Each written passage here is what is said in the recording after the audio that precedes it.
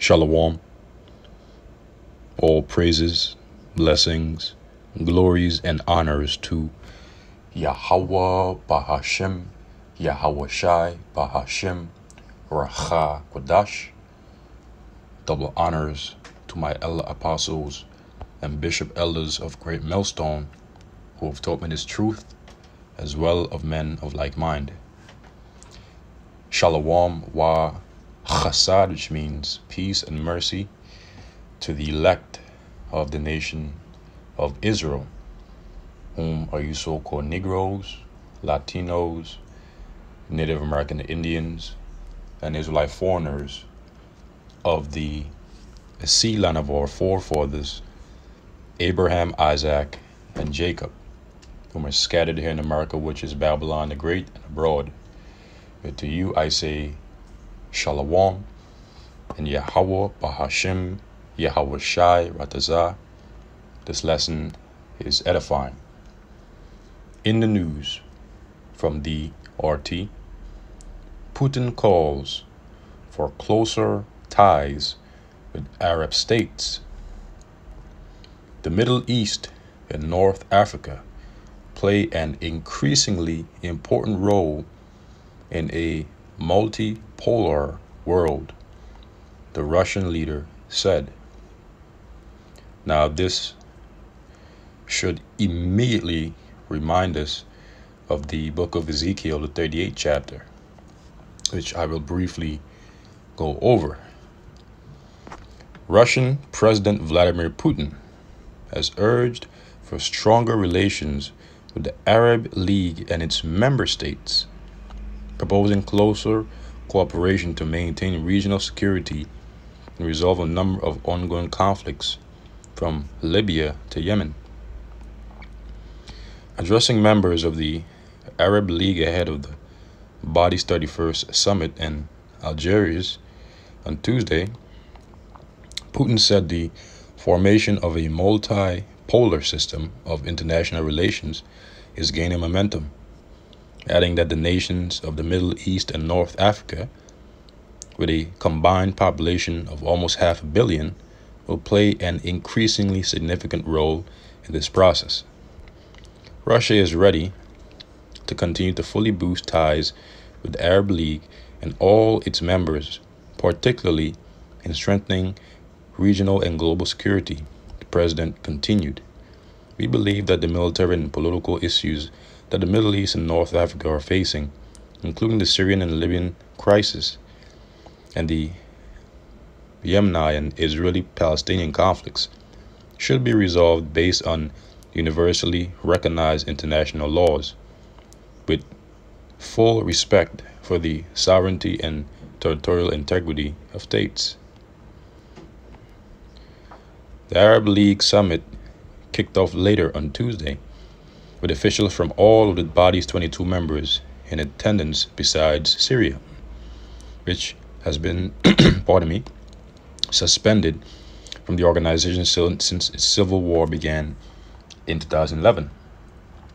Though there were some discussion about allowing Damascus to attend the event in Algiers, Syria's own foreign minister reportedly suggested the issue be resolved later for the sake of Arab unity, given the challenges posed by current regional and international conditions, according to Algerian Foreign Minister Ramtani La Mamra. The regional organization was forced to delay the summit several times due to C-19 pandemic, including in 2020 and 2021, and once again earlier this year. The two-day event is the first Arab League summit since some members signed normalization deals with Israel, moves which have stoked condemnation from other members, namely the Palestinians, who have slammed any improved diplomatic ties as a betrayal of their cause. Algeria, the host of this year's summit, remains a vocal supporter of the Palestinians. Among other issues, the League is expected to discuss the Israeli-Palestinian conflict, ongoing crisis in Libya, Yemen, and Syria, regional food and energy security, reforms to the League itself, as well as the conflict in Ukraine and its aftermath. This concludes the article. And so again, Putin calls for closer ties with Arab states. Now, let us get the book of Ezekiel, the 38th chapter, and I'll be reading from my sword, my physical sword, Lord is willing. And without further ado, this is the book of Ezekiel 38, verse 1. I will just, review this briefly. We're not going to go over the entire chapter, just certain parts of it to filter this news article.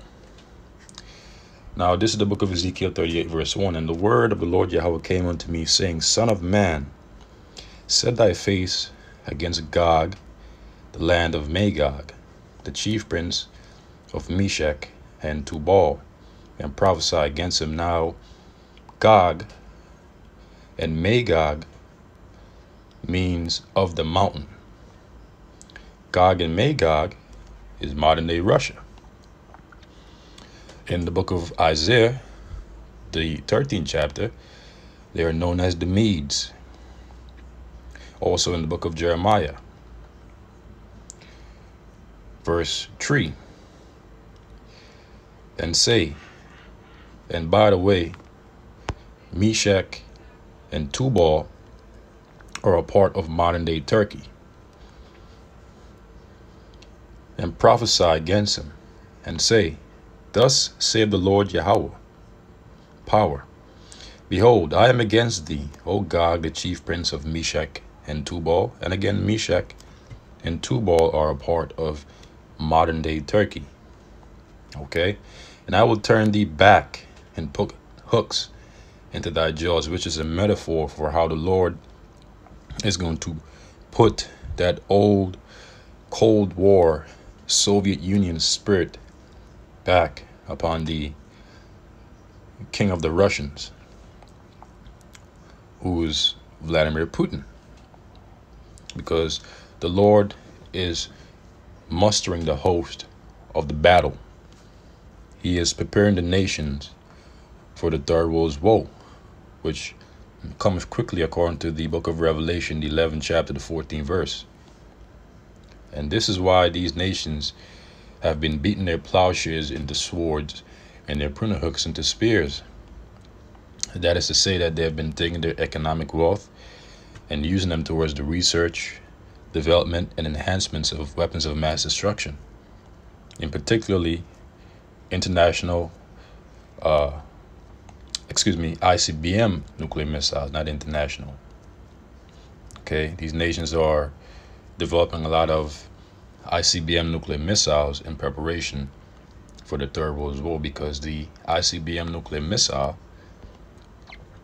is the weapon of the Lord's indignation, according to the book of Jeremiah chapter 50 verse 25. Okay, so the Lord is preparing these nations for war, because we are in a season of war, according to Ecclesiastes the 3rd chapter, the 8th verse. Now reading on, and I will turn thee back and put hooks into thy jaws, and I will bring thee forth in all thine army, horses and horsemen, all of them clothed with all sorts of armor, their military, even a great company, even as Old English for which is a great company, with bucklers and shields, all of them handling swords. And what is the modern day sword? The gun.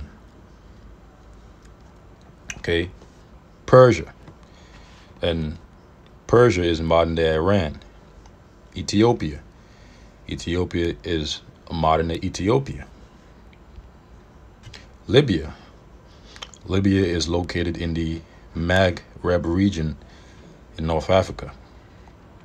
Okay, with them, all of them with shields and helmets. Okay, Gomer and Togarmah are also a part of modern day Turkey.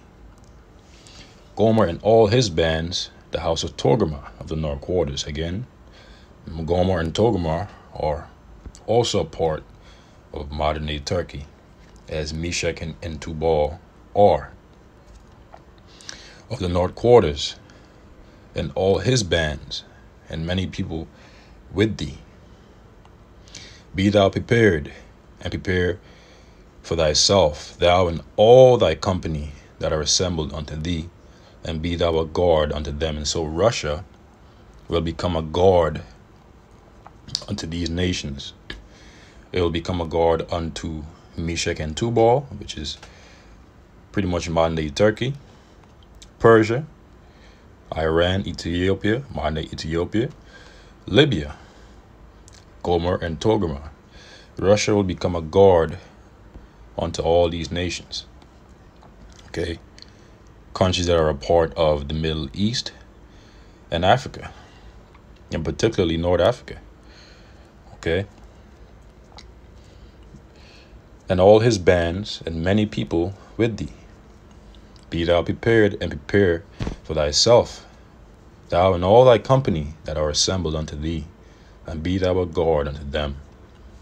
And I will conclude reading the book of Ezekiel, the 38th chapter here, as that filters what we had just read here in this article concerning Putin calls for closer ties with Arab states, because Russia will become a guard unto nations in the Middle East and in North Africa. You'll become a guard unto Meshach and Tubal, Persia, Ethiopia, Libya, which is a part of North Africa, okay, Gomer and Togarmah, which are a part of modern-day Turkey and his north quarters. Okay, so again, this concludes reading this article and filtering it through the scriptures. Now, let's move on and see what else is going on around the world in the news.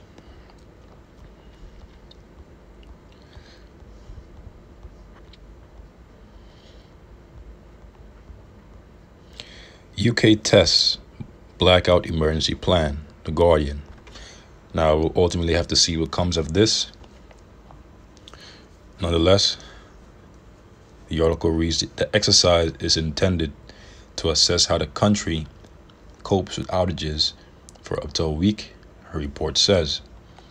The British government has war gamed emergency plans to cope with energy blackouts lasting up to 7 days in the event of a national power outage, The Guardian reported on Tuesday.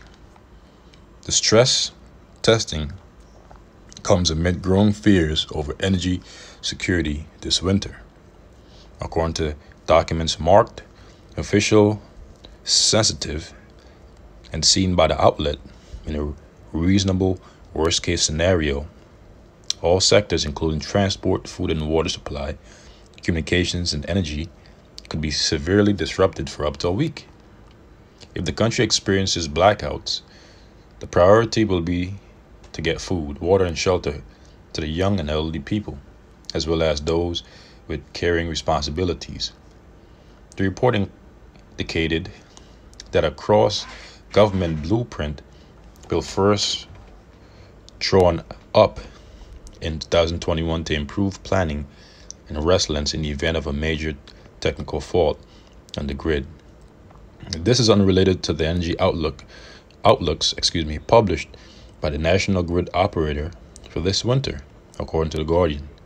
However, government insiders reportedly admitted that the plan, dubbed Program Yarrow, had taken on a new urgency at a time of a worsening energy crisis. The government doesn't want any publicity on Yarrow, as they don't want it to be seen as linked to Ukraine energy supply and the cost of living, one of the sources told The Guardian, adding, but we need to think about how we can help people in advance. The fact they're talking about it now means they have a real concern it could happen. Basically, they're telling you that it's going to happen. According to Ed, nothing more than predictive programming. According to Ed Miliband, the shadow climate Secretary, all governments do contingency planning for worst case scenarios. Just like the CDC have a worst case scenario of in case of a zombie outbreak, which is not far-fetched. Nothing is impossible. But Yahweh Bashim Yahushai. Tell Yahweh Bashim Yahushai, the Lord has given these devils the blessing of the sword. And we've seen what they've done with their blessing and what they're capable of doing. Okay, there's a reason why they call it the CDC. Just using this as an example, which stands for the Center for Disease Control, because these devils are mad scientists. Okay, so they have a lot of different things out there that the world doesn't know about. All governments do contingency planning for worst case scenarios, but the truth is that we are vulnerable as a country as a direct consequence of a decade of failed conservative energy policy. The report highlighted that the types of technical fault envisaged by government planners include food damage or a lightning strike on a substation, but could also cover an attack on subsea power cables, such as with the recent sabotage of the Nord Stream pipelines. Programming Yarrow prepares for a situation wherein power isn't available without any pre-warning to all premises without backup generators during winter. It envisages what 60% of electricity demand will be met between day 2 and day 7, when the households and businesses will be given intermittent access to ration supply, said the report. And this concludes the article. So we'll have to see what comes of this. Okay. In other news, Germany to cap power prices, Reuters.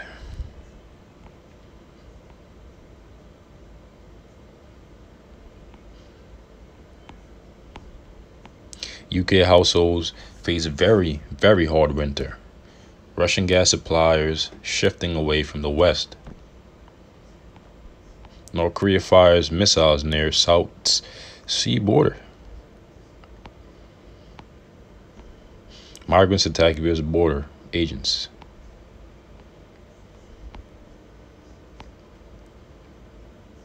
Germany tells Serbia to choose between Russia and EU. Now, this is interesting. Belgrade will face consequences if it partners with Moscow, a German representative told the news agency.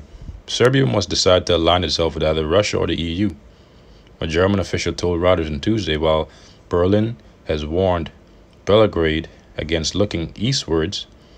The country's government remains skeptical of Brussels in the West. And when it says eastwards, that reminds me of the precept in Ezekiel 38 on how the Lord is, not Ezekiel 38, in Revelation 16, and how the Lord is going to drive the river Euphrates to prepare the way for the kings of the east. I'm roughly paraphrasing the scripture. The need for a decision is coming because, again, the Lord is drying up the river Euphrates, and which had been dried up to prepare for the third world's woe. Okay, that's a major part of prophecy. After the mark of the beast has been mandated, the third world's woe will begin, and it will begin by reason of Israel attacking Iran and Russia and the U.S. becoming a guard unto each respectively. The U.S. will become a guard unto Israel, and Russia will become a guard unto Iran. Okay, and that is written in the book of Jeremiah. The unnamed German representative told reporters the official was referring specifically to the conflict in Ukraine, which Serbia has refused to sanction Russia over. Moreover, Belgrade and Moscow signed an agreement in September to expand cooperation in matters of foreign policy. So they're divided. Alignment with Brussels' stance on global affairs is a precondition to joining the European Union. Serbia has since been a candidate for membership since 2009. So the Serbian president Aleksandar Vučić reneged on his agreement with Moscow and turn to the EU, Germany will offer its support, the representative revealed to Reuters. Should he decide to go the other way, this will have consequences in reverse, the official explained. And knowing how Isa gets down, they might probably attempt a coup in Serbia so that they can oust that guy and put somebody in there that is gonna align with their ideologies and visions and stuff like that, because they've done it before many times. Even in Ukraine, delegations from 5 Balkan countries, Albania, Bosnia, and Herzegovina, Montenegro, North Macedonia, and Serbia, as well as the partially recognized province of Kosovo, will meet in Berlin later this week. And I'll pretty much conclude reading the article here. The point has been made. But I will read this quote here. It says, they think this will settle one of Europe's internal issues, but Serbia will not accept Kosovo's membership in the UN for both constitutional and other reasons, the president stressed during a televised address to the nation. The question is not whether we want to join the EU, but whether the EU wants Serbia. Now I'll stop right there. And I believe I'll conclude the lesson here. Lord willing, was edifying. This has been another in the news.